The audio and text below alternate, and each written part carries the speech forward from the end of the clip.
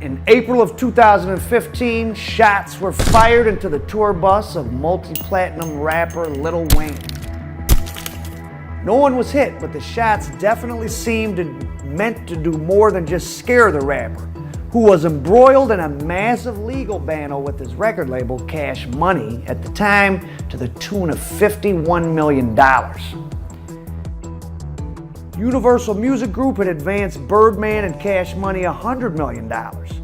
Young Money Records, which was Lil Wayne's sub-record label under Cash Money, in which he was the owner of 49% of, is home to Drake and Nicki Minaj, among others, but those two in particular are two of the absolute biggest pop stars of the last 10 years, and they have their own lawsuits going against Young Money, Cash Money, Universal Records, because Baby and Slim and Cash Money got that $100 million and didn't want to pay people what they had coming, or so the various lawsuits allege. Album sales for Nicki Minaj and Drake obviously were huge, and lots of money was coming in, but Universal Records was keeping that money and not kicking it to Young Money because there was still the $100 million advance tab that Cash Money owed. Not long after the April incident with the tour bus, there was an arrest made for the shooting. Alleged trigger man was a guy named Pee Wee Roscoe. Now, who was Pee Wee Roscoe? He was Young Thug's tour manager, and he was also a self-professed Blood gang member. Jimmy Winfrey is his legal name, and phone calls from him to Birdman directly before and after the attack on Lil Wayne certainly seemed suspicious and made it look like Young Thug and Birdman were in on the crime.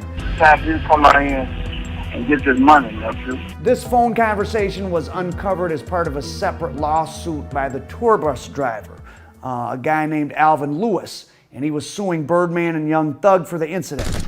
Court documents obtained by TMZ had Alvin Lewis testifying that Birdman offered Jimmy Winfrey, aka Pee Wee Roscoe, $250,000 and a Porsche to shoot up Lil Wayne's tour bus.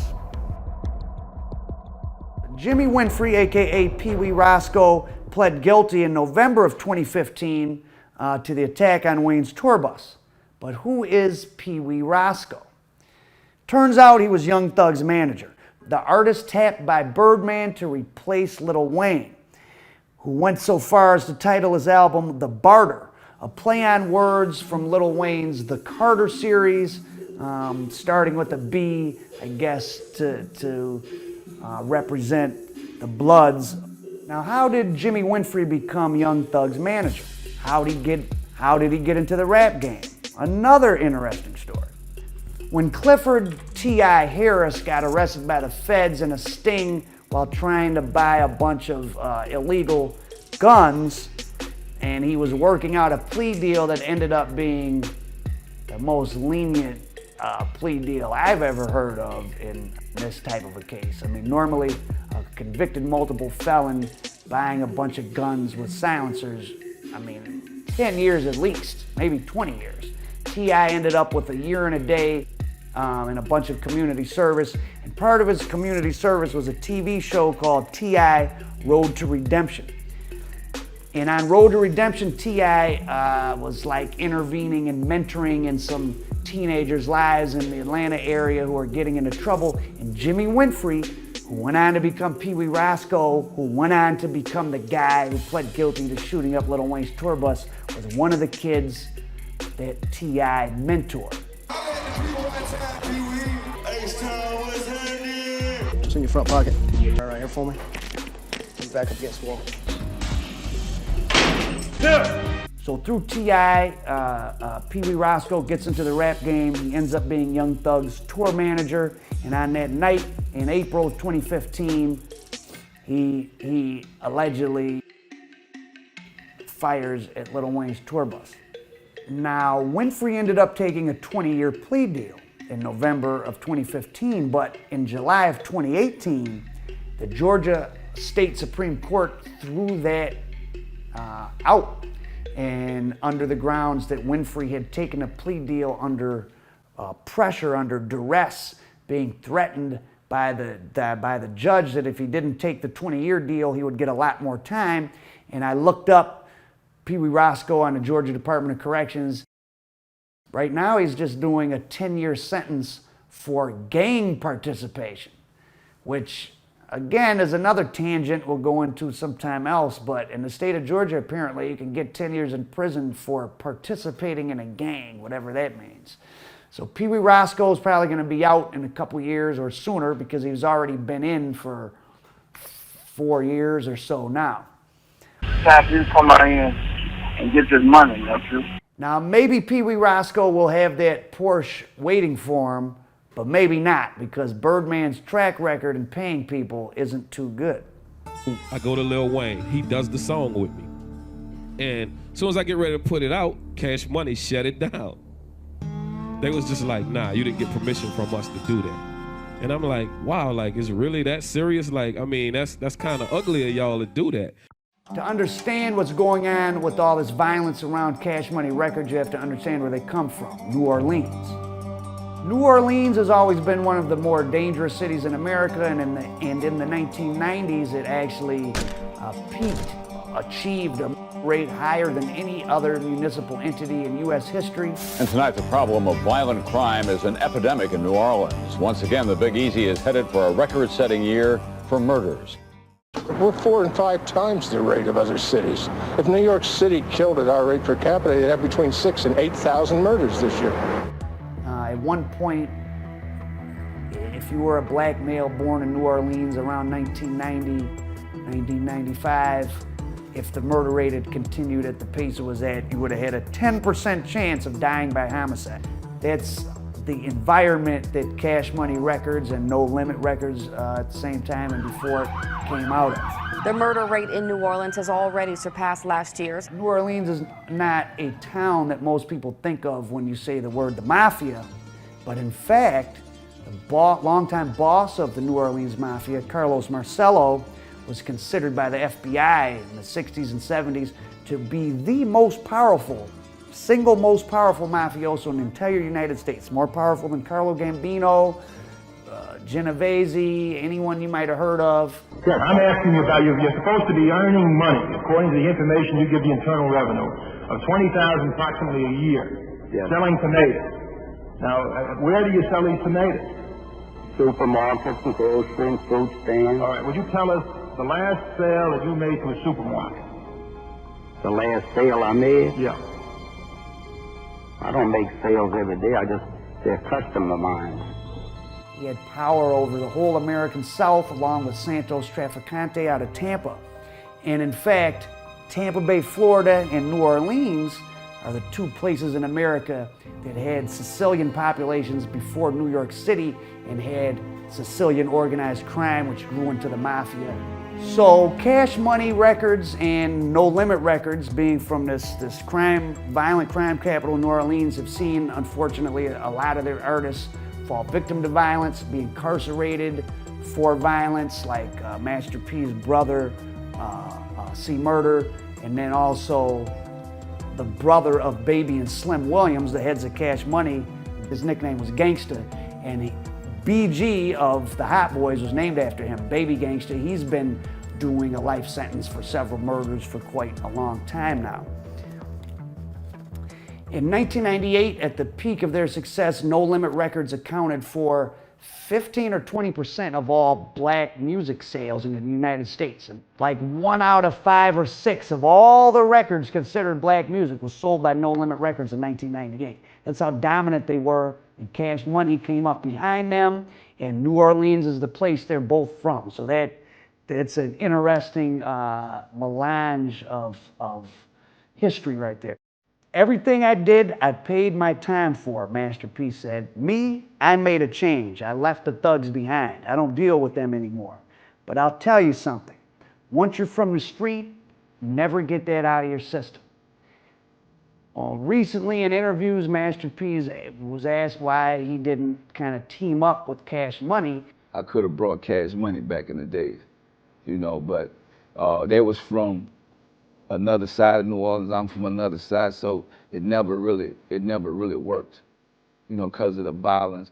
He had a problem being connected with the people Cash Money was connected to. Now, he never said any names or specified who that was, but I'm pretty sure it was a family named the Hanktons. Police are investigating a brutal uptown murder that could be linked to the city's most dangerous criminal. We're talking about Telly Hankton. He suffered multiple gunshot wounds and died at the scene. We have learned that he is the brother of John Matthews, who testified against Telly Hankton at his last trial. And the Hanktons are infamous in New Orleans.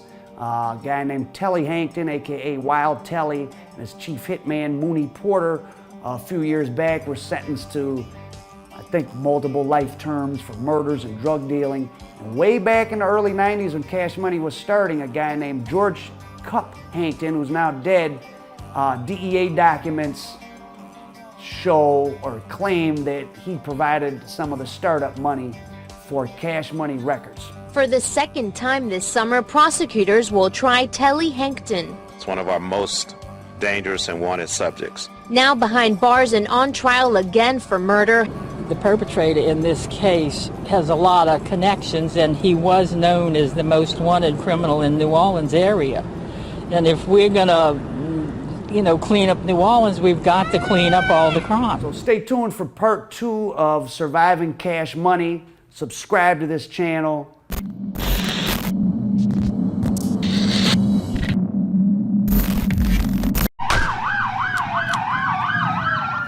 You know, I did ads by way of Universal for Cash Money, especially those of us who provide service to the entertainment industry. Being in the magazine business, you provide marketing and promotion, advertisement for the entertainment industry, for artists and so forth. You know, even though I kicked it with them, you know, Lil Jack was around then. I don't know what the hell happened to Lil Jack, but Lil Jack was like the nuts and bolts of that situation, kept them moving. Lil Jack, big up, wherever you are. Yeah, they were reputed not to pay their bills. I saw Wayne and Baby interacting. You know, obviously Wayne was more independent because he was an earner to the degree that he was an earner at that point. Wow. Came out through the back. Man. Cool though, I'm a soldier. It's great. That's why I know that. So if I survive that, and then I'm surviving everything that's going on around me and that went on around me, I was put here for a reason. So now I'm gonna make these platinum plaques and I'm gonna teach the game. The dynamic between them was like father and son, but not in an overt way. Like, you know, when I address my sons, it's like, hey, young man, come here. You know, it wasn't like that, you know. With them, it was different. It was more like a looking out kind of thing, you know.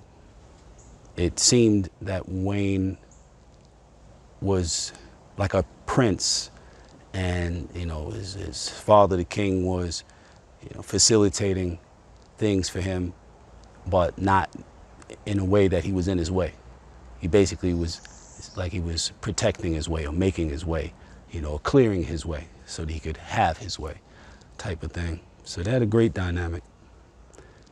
You know, it was definitely a surprise to me when years later, Baby owning Wayne $50-something million or something like that came through.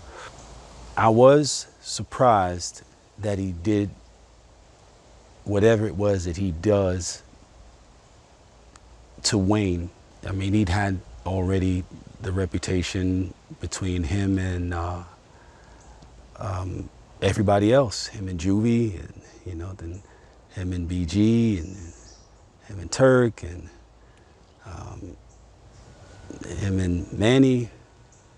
I figure if him and Manny could have the kind of falling out they had over the money, and over, you know, Manny being properly compensated as per whatever agreement they had made, I guess if they were able to be subject to that, then it couldn't really surprise me that Wayne would also be subject to it. I mean, the way people do anything is typically the way they do everything and everybody, right? It wasn't that much of a surprise to me. I was disappointed, but it wasn't that much of a surprise. I wanted to see a winning dynasty led by black men and built by black men and grown and perpetuated, you know, by them showing that example, you know, showing that we can rock together and build together and grow together. So yeah, that was disappointing for sure. Not surprising. No, it wasn't surprising because, you know, the collective was reputed to not pay their bills. It's not a secret. It's kind of well known. If you don't know, it's because it doesn't matter to you.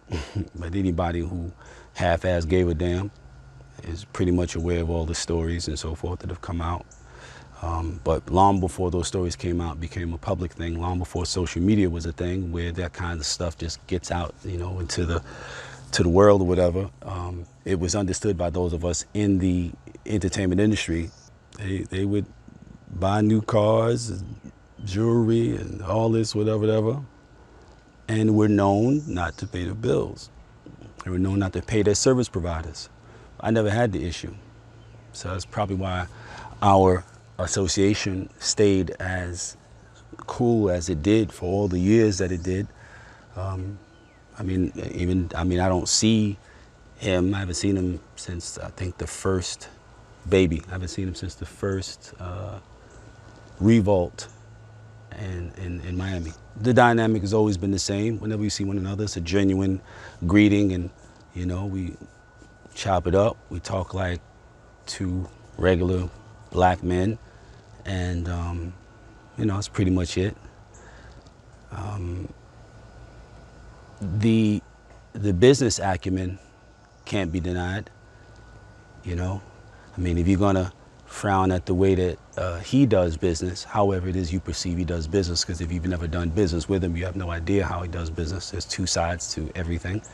But, you know, you'd have to have a problem with the way that corporate America does business, because he does business like corporations do business, you know. They pay who they must.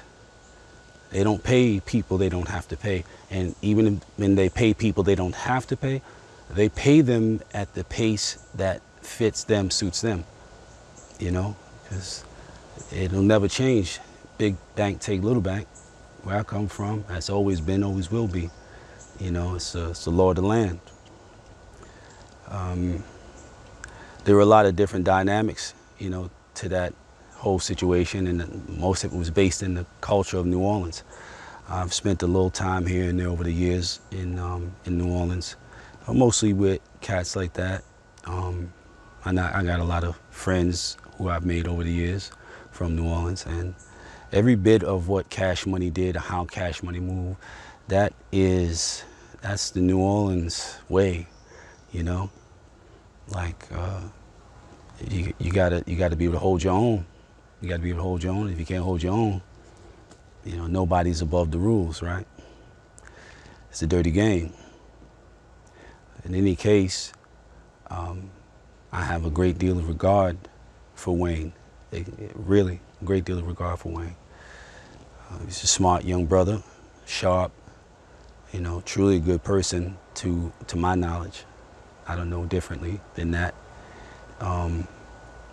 I don't side with one over the other. You know, they did what they did. It worked while it worked. When it stopped working, as relationships sometimes do, you know, somebody comes up with the short end of the deal. You know, somebody's got to win, right? Somebody's got to take a loss. Either way, you know, they're both better off than 95% of the people in this country, especially people of color.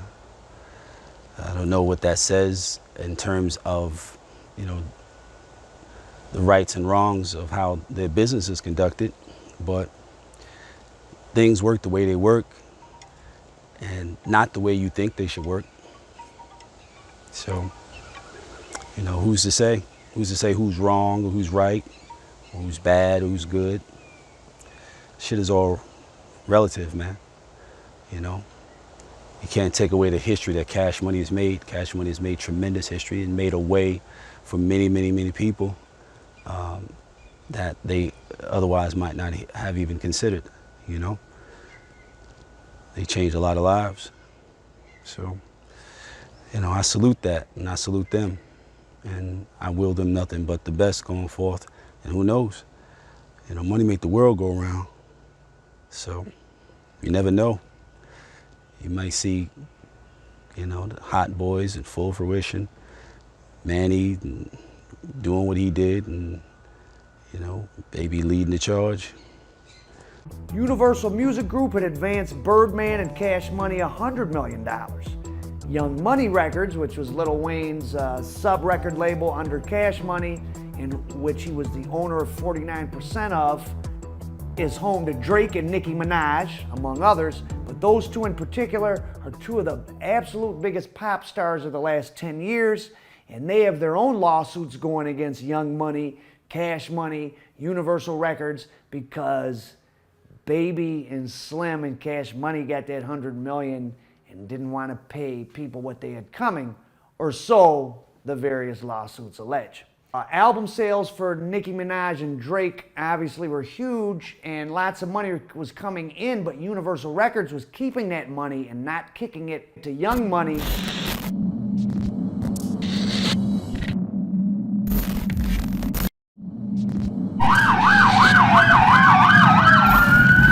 As most people know, rapper BG, formerly of the Hot Boys, is currently serving a 14-year prison term for weapons charges. Now, just exactly how he got in that predicament is an interesting story. November 3rd, 2009, Christopher Dorsey, aka BG, was pulled over in a Chevy Tahoe by the New Orleans police in a routine, quote-unquote, traffic stop. He just so happened to be with two other guys in a car full of guns. The Tahoe BG was driving had been stolen from an Avis rental car outlet. The two men with him, Demonde Pollard and Gerard Fedison, worked for Wild Telly Hankton, who at the time had been declared public enemy #1 by New Orleans Mayor Mitch Landrieu. There were 3 guns found in the car, 2 were stolen. Pollard tried to say the guns were his. He ended up getting a 30-month prison term for sort of obstructing justice in that case. BG went to jail. He already had a lot of felonies, so he was facing a lot of time. Not long after he went to jail, he was recorded on the jail phone calling Fedison, and he referenced the fact that he and Walter Mooney Porter, who was Wild Telly Hankton's chief hitman, both of them have been convicted of many murders and are both serving life sentences right now, that he and Mooney Porter had recently tried to shoot 2 people in a drive-by on behalf of Telly Hankton. You know what I'm saying? I just got sick of it. At one point in time, this nigga Baby had like about 35, 40 calls, you know what I'm saying? You know what I'm saying? Ain't like 4, 5, you know what I'm saying? I mean, but you got one call that cost more than my house. Gerard Fedison, the man who received that phone call, ended up getting 22 years as part of the Hankton RICO case for obstructing justice and possession of firearms. Now, why such a long sentence for Fedison? Well, the federal government presented a lot of evidence that Fedison was also one of Telly Hankton's shooters, that he had been involved in several attempted homicides over the years. So that's why he got 22 years, and that's the guy who BG was riding in the car with, and that's one of the first people he called when he got to jail and discussed past crimes. So it appears that BG really was a hot boy, working for, at the time, New Orleans' most violent criminal organization, possibly even as a shooter. It's unclear when BG will be released, possibly as early as next year. Prison photos of him show him looking healthy, happy, and he'll probably be coming home soon. He has already been down for 10 plus years. When he was just 12 years old in 1992, BG got signed to then up-and-coming New Orleans-based Cash Money Records. a label that by the end of the decade would be scooped up by mega media conglomerate Universal Media Group, and it grew to become one of the most prominent labels as hip-hop, as rap went from one of the most popular things in pop culture to what it is now, the dominant force and source of inspiration in kind of global pop culture. And BG's 1999 hit, Bling Bling, is really kind of a seminal song because the word bling and the phrase bling bling is just a part of normal American lexicon these days. Even the kind of people that watch Fox News say bling. And it's interesting to think that that phrase was coined by a guy who really was from deep in the trenches of the New Orleans streets, according to the federal government and according to what he's been convicted of.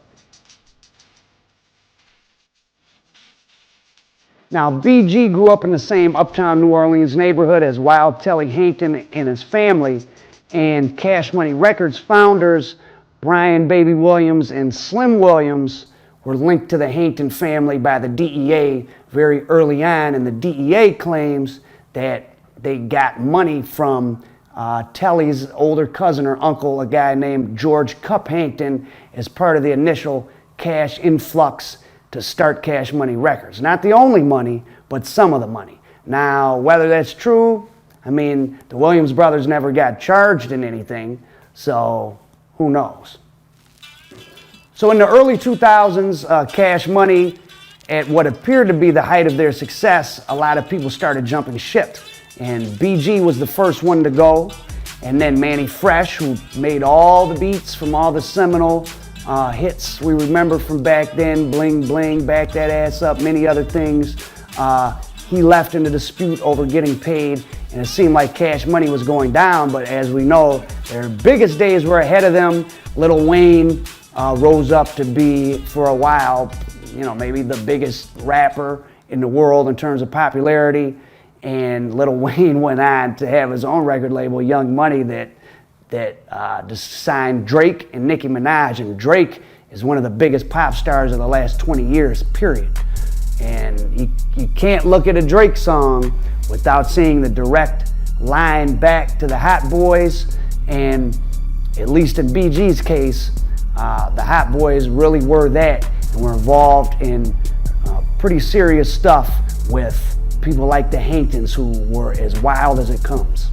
Wild Telly Hankton, who ended up in 2016 being convicted on a bunch of racketeering and corrupt organization, RICO charges.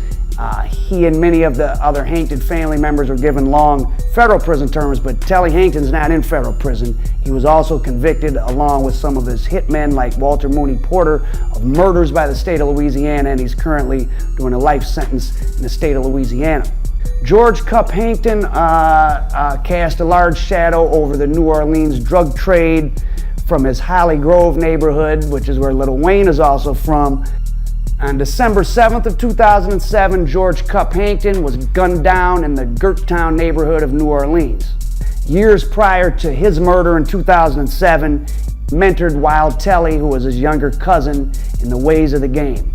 According to those same DEA informants, Baby, Birdman Williams, and Cup Hankton were especially close. One of the murders Wild Telly Hankton's doing his Louisiana life bid for was revenge for the people that killed his older cousin, Cup. For the second time this summer, prosecutors will try Telly Hankton. It's one of our most dangerous and wanted subjects. Now behind bars and on trial again for murder, Hankton is accused of running down Darnell Stewart on Claiborne Avenue in Central City and shooting him in the face. Back in the early 90s, when Cup Hankton was still alive and Telly Hankton was young, the two of them were actually observed and recorded by the DEA hanging out with a lot of different people, but two of the people they hung out with a lot were Baby and Slim, founders of Cash Money Records. Perhaps the whole thing about them getting money from the Hanktons just came from the DEA seeing them together. Maybe it's not true. In the world of entertainment, whether it's Hollywood movies or rap music, And this goes all the way back to the founding of Hollywood, which was founded by predominantly Jewish gangsters from New York, Cleveland, who came out west to start this new business, the movie business. Gangsters and entertainers have always been tied together. I mean, there's only, for young guys who are out hanging out in the nightlife of any city, who has money? Entertainers, athletes, and gangsters. So the Williams brothers definitely were friends with the Hanktons, who were at one time New Orleans' most feared crime group. Does it mean they really got money from the Hanktons? Maybe, but maybe not. Now, Cup Hankton was just as violent in his day as Wild Telly. He was arrested and charged with multiple homicides, but he beat them all, and then he was eventually killed in 2007. Cash Money Records is in ascension. They're a big deal. The Hanktons are still on the streets, so if they did invest money with Cash Money, I mean, it seems like they would have got enough back to get out of the streets. But Telly Hankton was known at this time to only sell 1.5 kilos and up. DEA informants said that he would buy 5 or 6 kilos a couple times a month and then distribute them around the neighborhood in uptown New Orleans. He never used cell phones. As Cash Money's first incarnation was starting to fall apart, the Hanktons got into a war with gangsters Darnell Dirty Stewart and Jesse Tutu Reed. By 2007, it was an all-out war. Dirty Stewart and Tutu Reed were arrested for Cup Hankton's murder, but like most murder cases in New Orleans at that time, they just sat in jail and the charges got dropped and they were back out on the streets and they were back at war with the Hanktons, now led by Cup Hankton's younger cousin, Wild Telly.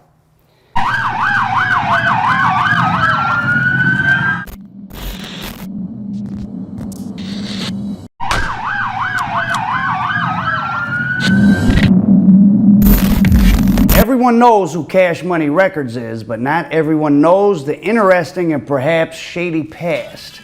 Ronald and Bryan Birdman Williams being two of the most recognized faces in the rap business. Now, although the label has been one of the greatest rap success stories, its artists have had their fair shares of lows, including criminal charges, shootouts, beef between the label head and artists, with Birdman in particular being at the forefront of a lot of these accusations of not paying money.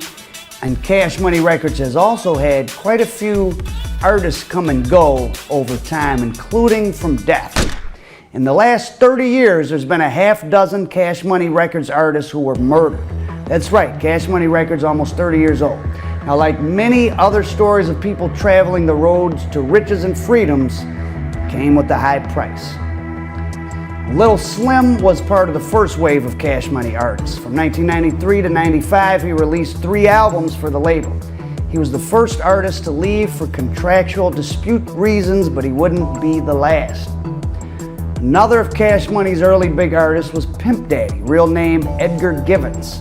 He was a pioneer to the New Orleans bounce sound. In '94, Pimp Daddy was shot in the face by his girlfriend's brother. Shortly after the release of his debut album, Still Pimpin', he died. Givens was only 18 at the time of his death, but because of his influence, Lil Wayne actually went by Shrimp Daddy in his early career and even had a style similar to Pimp before deciding on the moniker Lil Wayne and developing his own flavor. 96 and 97 was a dark period for early Cash Money. Now, Lil Wayne, who was a child star in the making at the time, shot himself in the chest. Supposedly it was an accident, but as the years have passed, many people have come out and said it was a suicide attempt. A 1999 MTV interview, Lil Wayne said it was an accident. If you cocked it, someone's already in the chamber. I didn't know it had been cocked. Oh, wow. So I'm just like playing, like some, you know. I ain't know though, but yeah, that was crazy. Yeah. Where'd you hit yourself? In the chest. Let's see. There. Wow. Came out through the back. Man. Cool though, I'm a soldier. In 1996, Birdman had a feud with one of the label's artists, Yellow Boy of UNLV. Now, Yellow Boy allegedly pistol whipped Birdman, and then Yellow Boy was found dead. Now, Birdman, rumors flew that he was involved in killing Yellow Boy, but there's no hard facts to back up those accusations outside of a few subliminal rap lines from various artists connected to Cash Money Records. And officially, most newspaper articles claim that Yellow Boy died from a drug deal gone wrong, though Terrence Gangsta Williams, Birdman's brother, who's in prison for a whole bunch of murders, was still free at that time, so who can say? When America as a whole got wind of Cash Money, they were almost already 10 years in the game. Locally, they'd accumulated some regional success around Louisiana, selling tapes from the trunk of their very own cars. In the early 90s, they'd acquired BG and Lil Wayne to their roster as Baby Gangsters. That was the group they were called. And a few years later, when Birdman signed Juvenile, who was already kind of popping, and Turk, and connected them with the Baby Gangsters, he created the Hot Boys. And that's when they began to reach commercial success. In 1998, Cash Money, with the help of various people, signed a $30 million deal with Universal Records. The deal was especially sweet. Unlike many other artists, Cash Money was able to acquire 85% of the royalties, half of the publishing rights, and they were able to keep ownership of their own masters.